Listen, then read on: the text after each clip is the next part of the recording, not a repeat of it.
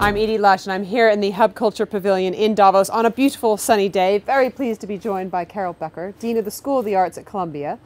You've been doing some work on, you've been thinking about the role of the artist in the 21st century. How is that evolving?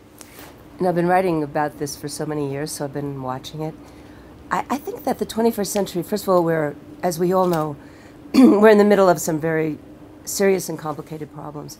And in order to solve those problems, or even to begin to think about those problems, we need to bring in many disciplines. And sometimes artists have been the ones who are so transdisciplinary, who don't wait to be experts in things before they act. Mm-hmm. They have the capacity to create gesture that cuts through a lot of the complexity and really touches people. The artist Olafur Eliasson calls it felt knowledge, mm-hmm. like experiential knowledge, that we can understand things very, very quickly through the senses.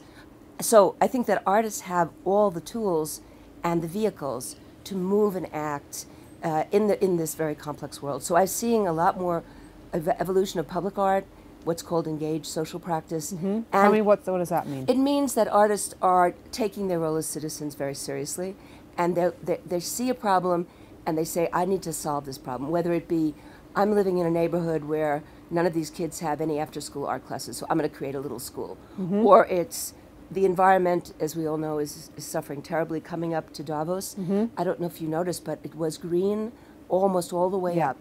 It felt like we were in the tropics, then all of a sudden we hit the snow. Right. But usually it's white all the way from Zurich. I was really, really touched and moved by that and upset by that. So we know that there's global warming and climate change. So artists say, okay, how can I make people aware of that? So Olafur just dropped tons of ice in front of the city hall in Denmark, in Copenhagen, sorry, tons of ice from a fjord to say, watch this melt, you know? So artists will just act, but also they'll say, no one else is doing this, why not? And there's a kind of courageousness to that, and I think right now we need those kinds of gestures. So I think that there's a space opening up for a different kind of practice of artists, not just simply the galleries, not simply with the aspiration that one will be in museums or that success will be limited to success in the art world, but success may be addressing a very serious issue in the world.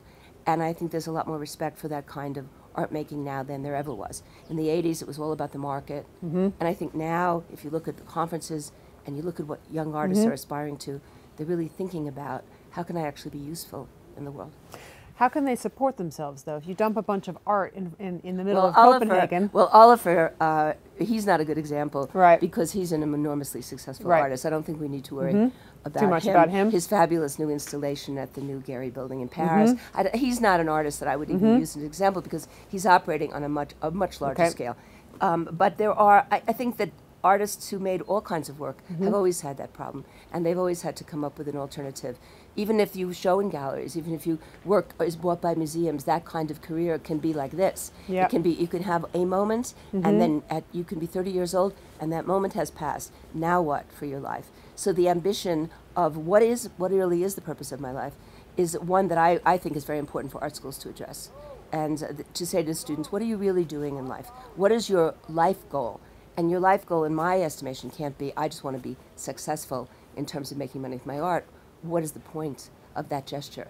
Since artists are turning their insides out all the time to say important things about the world and about themselves, they should have a big vision. And I think a lot of artists do, a lot of writers do, a lot of theater, playwrights, I'm talking about all practices do, but always artists, unfortunately, because we devalue so unfortunately the work that artists do. The issues that they do address and the way they address them, we don't value it as a society in ways that support them. So artists have always had to figure that one out. And often, you know, they'll teach, or I have a former student who's now, all his money is coming from vineyards, but he's still an artist. Right. I've had artists, young artists, when they were the original web designers before people even thought about the web. And they started a company, sold a company for millions of dollars. Now they're all just practicing artists. So artists are very entrepreneurial, they're very inventive, they really have to be, they're really self-employed. And they have to create their product and they have to sell their product. So part of the pedagogy of art schools has to be to encourage that as well. But, you know, you've hit the nerve of the art world. Some people really make it big. Yeah. And the only people that really make it big is the ones who maybe have an object, But even in that pyramid, the people who are making objects, it's a very, very small group of people that actually can live on their art. Not unlike writers. You know, how many writers, even writers who write best-selling books, aren't always able to live on what they do. But we don't value this creative productivity. Does it matter if they're not living in cities? Is it all right if they're producing their works wherever?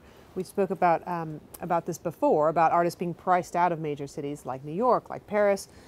But with the internet, with the ability to get your things known through social media, does that matter anymore? Well, artists always, you know why artists are in urban environments? They need that community and they need that audience and they need that critical mass of other people to talk to. But artists are also dispersing. So even from New York, you have people all living up in the Hudson Valley now, in towns, helping to remake those towns, and hopefully buying, I say this again, buying their properties so they're not priced out after the neighborhood, whether it be the Catskills or you know, Burnham Hill or Williamsburg in Brooklyn, pushes you out.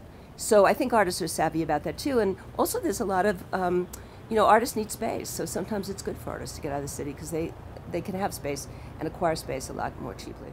You know. Carol, thank you so much for stopping by the Hub Culture Pavilion here in Davos, and I'm Edie Lush.